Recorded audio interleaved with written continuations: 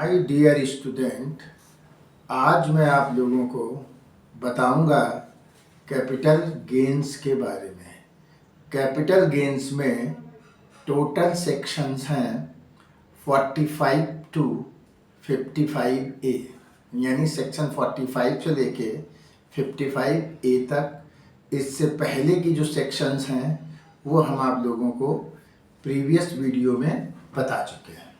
My dear audience, capital gain एक बहुत important chapter है जिसमें हम लोग तरह तरह से कैपिटल गेन्स निकालते हैं, जो शॉर्ट टर्म भी हो सकती हैं, लॉन्ग टर्म भी हो सकती हैं। इसके बारे में हम आप लोगों को प्रीवियस वीडियो में बता चुके हैं।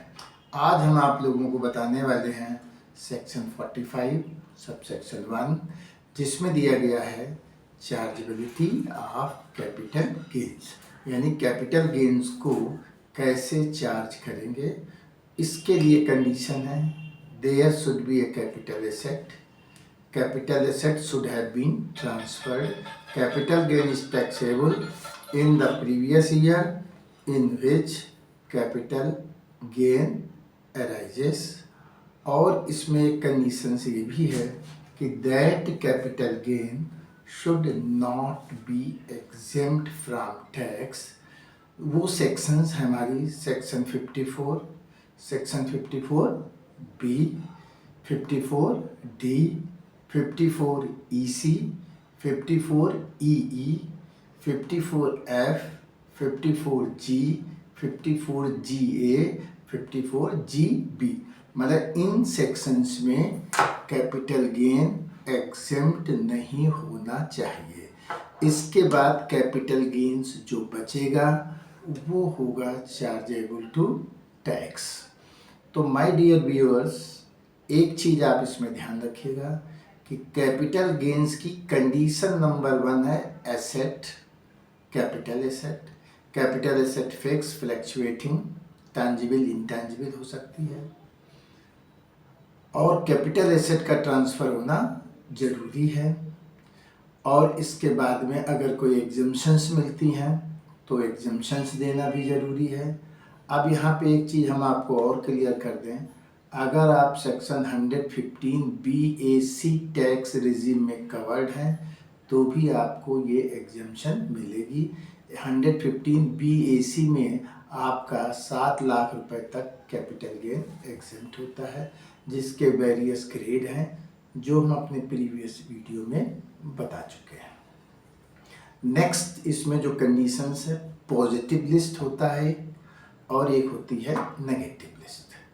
तो पॉजिटिव लिस्ट में जो एसेट्स आएंगी these are chargeable to capital gain when they are transferred, और नेगेटिव लिस्ट में जो एसेट्स आती हैं they are not capital asset, hence they are not chargeable to capital gain tax.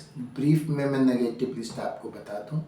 Negative list में एक हमारा आता है स्टॉक इन ट्रेड, दूसरा आता है पर्सनल इफेक्ट्स, इसमें पर्सनल इफेक्ट्स मूवेबल होना चाहिए, तीसरा आता है agricultural land in rural area, fourth point आता है स्पेशल बॉन्ड या बॉन्ड्स, और फिफ्थ नंबर आता है gold deposit bond under gold deposit scheme 1999, और एक हमारा आता है gold deposit demonetisation scheme gold bonds 2015, वो भी नेगेटिव लिस्ट में है, और इनके ऊपर कोई भी कैपिटल गेन होगा वो टैक्सेबल नहीं होगा, since these assets are not covered under the heading capital asset।